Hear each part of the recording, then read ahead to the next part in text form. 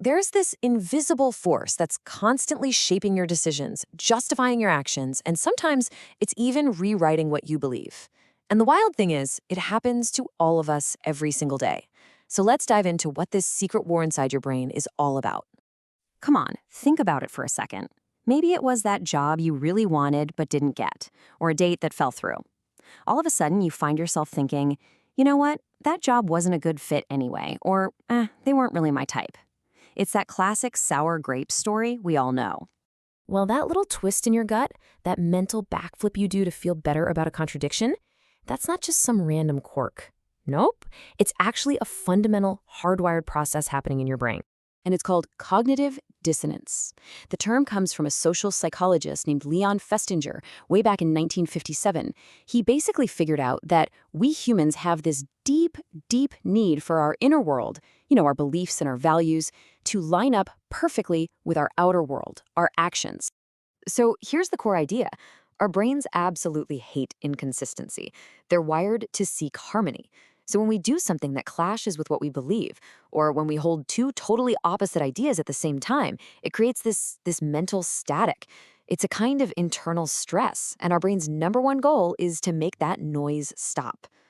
So Festinger broke it down into 3 types of relationships our thoughts can have. First, you've got consonant, which is just a fancy way of saying things are in sync. You want to be healthy, so you drink water. Makes sense. Then there's irrelevant. Wanting to be healthy has nothing to do with wearing a blue shirt. But that third one, dissonant, that's where the alarm bells go off. That's the conflict. It's saying you want to be healthy while you're polishing off a whole box of donuts. So when that dissonance alarm starts blaring, what do you think our brain does? It definitely doesn't just sit there and take the discomfort. Oh no, it immediately starts looking for the nearest escape hatch to get back to a state of mental peace. And it turns out there are 4 main escape routes. The first one's the most straightforward. You just change the behavior. You literally put the donut down. Problem solved. The second route is to justify it. You change the rule. Suddenly, cheat days are a totally valid part of your diet. Third, you can add a new thought to kind of balance things out, like telling yourself, it's fine, I'll just go to the gym for an extra 30 minutes to work this off. And then there's the fourth path, pure denial. You just convince yourself, you know what, this donut isn't even that bad for me. Okay, this all sounds pretty logical, right? But the real magic happens when you see how this stuff plays out in the real world. So let's look at a classic experiment that shows just how incredibly powerful this drive for consistency really is. So picture this. You're a college student in 1959. You sign up for an experiment, and for 1 solid hour, your job is to turn a bunch of wooden pegs on a board, over and over and over. It is designed to be painfully, mind-numbingly dull. Okay, so after you've endured this hour of pure boredom, the researcher asks you to do one small thing: lie to the next person waiting. Just tell them the task was actually really fun and exciting. But here's the twist. One group of students gets paid $20 for that little lie, which back in 1959 was a good chunk of change. The other group, they get paid just $1. So after it's all said and done, both groups are asked how much they actually enjoyed the boring task. What's your gut tell you? Who ended up rating the task as more enjoyable? The group that got paid $20 or the group that got paid a single dollar? And their results are just fascinating. It was the group that was paid only $1. Why? Well, think about it. The $20 group had an easy out. Their brains could say, yeah, I lied, but hey, I did it for the money. No conflict, no dissonance. But the $1 group, their brains were screaming. I'm an honest person, but I just lied for a measly buck? To quiet that screaming, they had to do something drastic. They had to change their original belief. They convinced themselves that, you know what, maybe that task wasn't so boring after all. Maybe it was kind of fun. And look, this isn't just some weird thing that happens in old psychology labs. We see this all the time. A perfect modern-day example is something researchers call the meat paradox. The conflict is pretty simple, right? A lot of people genuinely like animals. They think they're cute. They never want to harm one. But they also eat meat. That creates a nagging dissonance.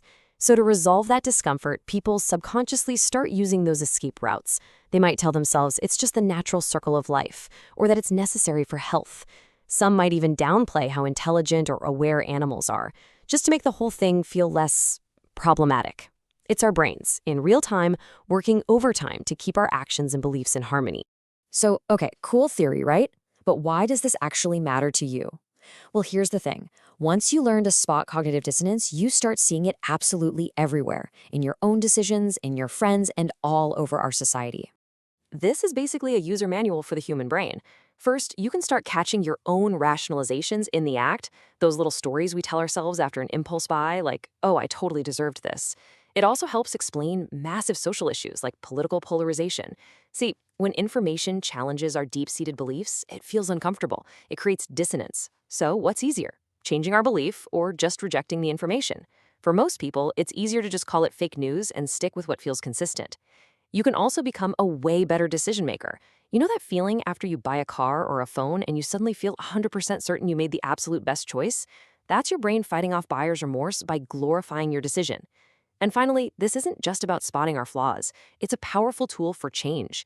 Therapists use it to help people break bad habits, and public health campaigns use it to nudge us toward things like quitting smoking or recycling. And this quote just nails it. That uncomfortable feeling isn't a bug, it's a feature.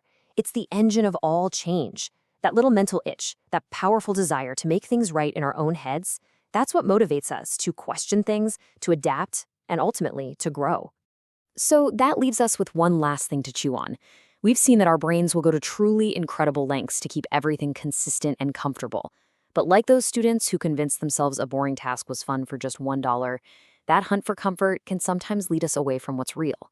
So the big question is, the next time your beliefs are challenged, what will your brain choose? A comfortable consistency or an uncomfortable truth?